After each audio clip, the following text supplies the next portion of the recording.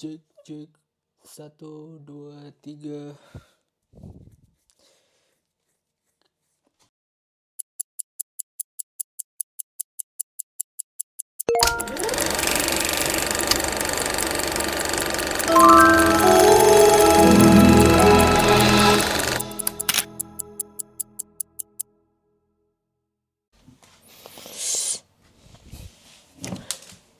Let's go for the next trip.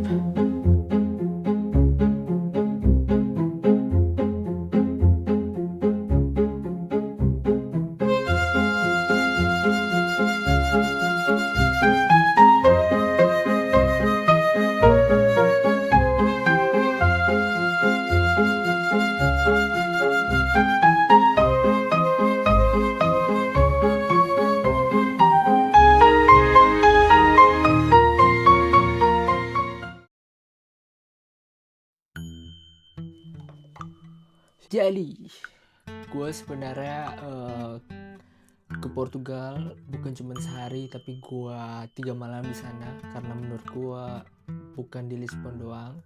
Dan trip gue berikutnya adalah Fatima.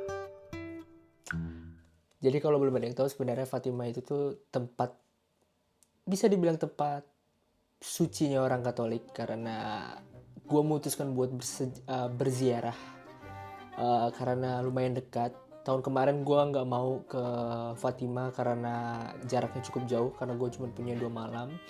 Karena dari Porto ke Fatima itu 2,5 jam, sedangkan kalau dari Lisbon itu cuma 1 jam 20 menitan. Oke, as a bridging, kita bicarakan dulu letak sejarahnya. Jadi semua bermula di Fatima, Portugal pada tahun 1917. Ada 3 anak, namanya Jacinta, Francesco, dan Lucia. Di sini yang kita bakalan banyak obrolin itu si Santa Lucia-nya. Waktu itu Santa Lucia berumur 10 tahun, Francesco berumur 9 tahun, dan yang paling kecil itu Jacinta berumur 7 tahun. Waktu itu dunia sedang kacau balaunya karena peperangan dunia 1. Dan sebelum penampakan Bunda Maria, Santa Lucia waktu itu sempat bertemu dengan seorang malaikat, menunjukkan banyak vision mengenai peperangan dan bagaimana akan endingnya terjadi ketika manusia tidak berhenti. Akhirnya waktu itu anak-anak itu sedang pergi ke ladang untuk membalakan domba-domba mereka, tepatnya milik ayahnya Lucia, dan mereka bermain seperti biasa. Mereka bercengkrama dan tiba-tiba keadaan menjadi gelap, guntur di mana-mana, dan tiba-tiba cerah.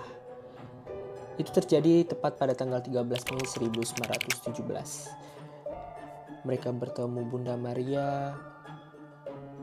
Mereka bertanya, "Siapa kamu?" "Aku Lady of Rosary," atau aku adalah wanita pada rosari itu. Dan mereka pun langsung merasa bingung. Mereka merasa bingung apa yang terjadi dengan diri mereka.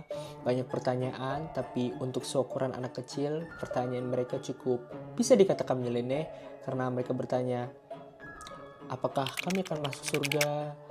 Apakah kami akan baik-baik saja? Dan jawaban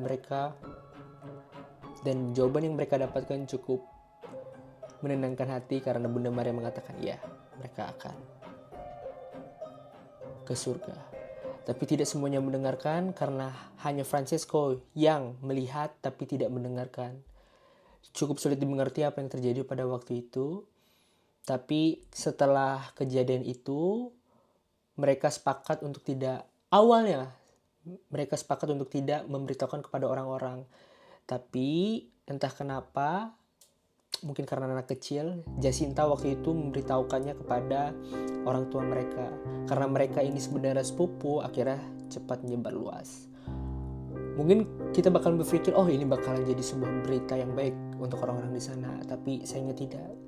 Karena mungkin ada keraguan karena mereka ini anak kecil. Jadi mereka sempat ada argumen kalau apakah itu Bunda Maria atau bukan, apakah ini iblis atau bagaimana, dan selalu menjadi perdebatan karena mereka sampai membawa Lucinta ke pastor untuk melihat kesaksian itu, apakah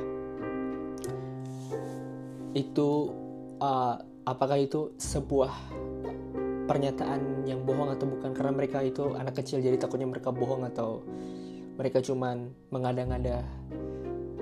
Singkat cerita, 6 kali penampakan Bunda Maria selalu mengatakan kita harus berdoa rosari setiap hari.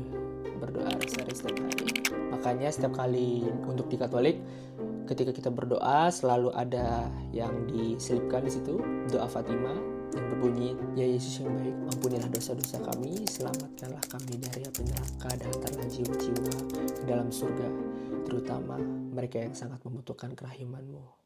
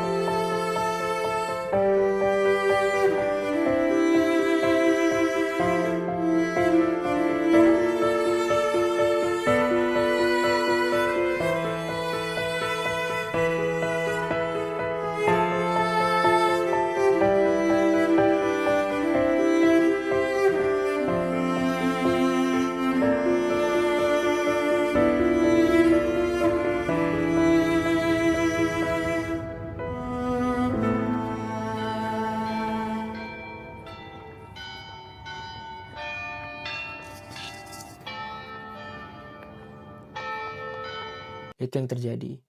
Dan banyak sebuah spiritual journey yang terjadi, seperti devosi untuk berlutut, berjalan berlutut sambil memegang rosari, dan banyak lagi.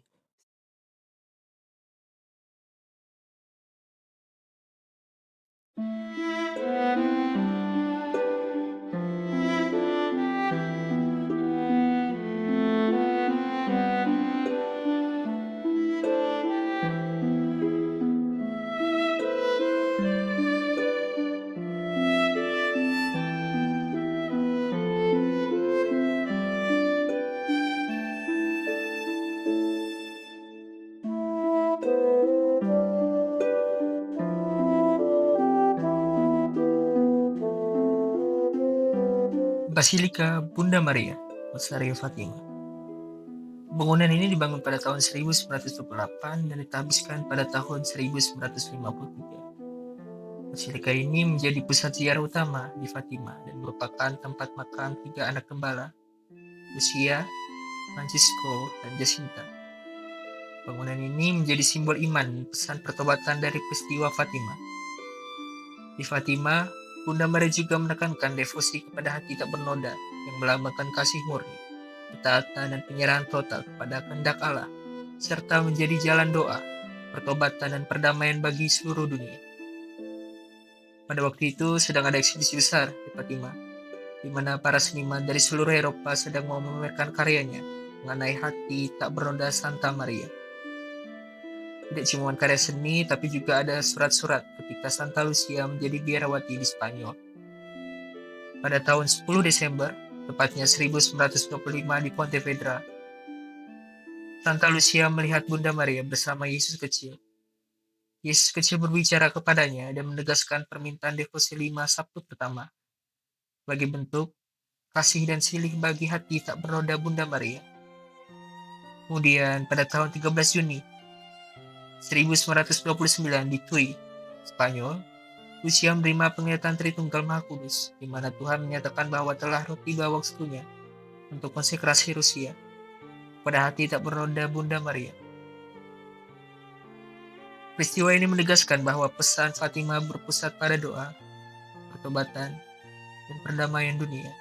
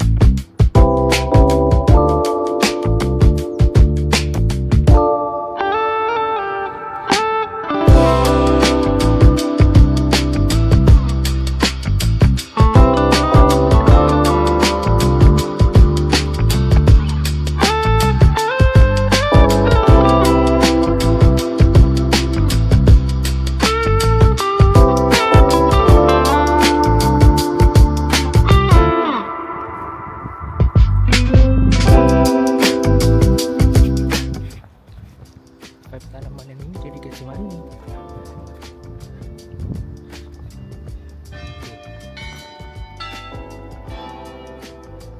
Teng teng teng teng. Ini sekolah. Biar masuk sekolah di Jepang, cuy. Ternyata berawal dari gereja.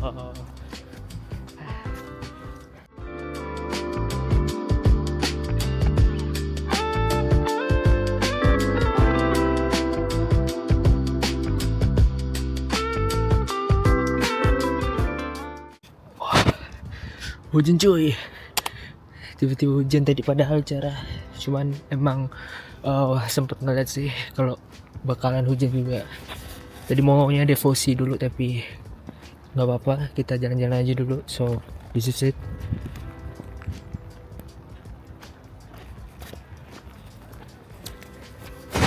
Jadi kalau kalian perhatian baik-baik, gereja ini benar-benar kayak tudung seorang perempuan, karena disinilah ketika sebenarnya Bunda Maria menampakkan dirinya dan mengingatkan kita semua bahwa peperangan harus berhenti waktu pada tahun 1917 kalau nggak salah, karena kita saling menyakiti satu sama lain dan dia memberi kabar melalui soal tiga anak kecil Fatimah.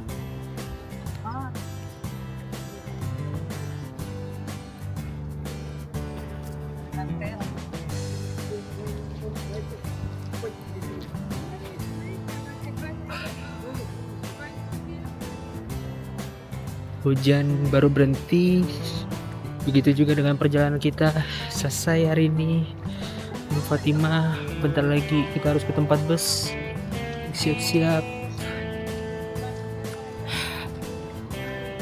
Untuk gue pribadi selalu ada pelajaran yang didapat. Ave Maria, Alvero.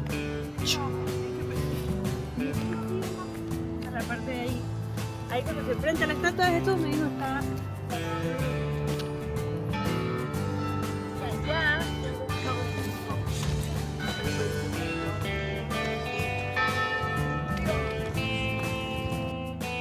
Mungkin sampai situ aja dulu untuk video kali ini. Video ini bakalan muncul mungkin setelah Natal, dan Selamat datang untuk kalian semua, selamat tahun baru. Dan semoga apa yang kita harapkan jadi lebih baik. Amin. Doa.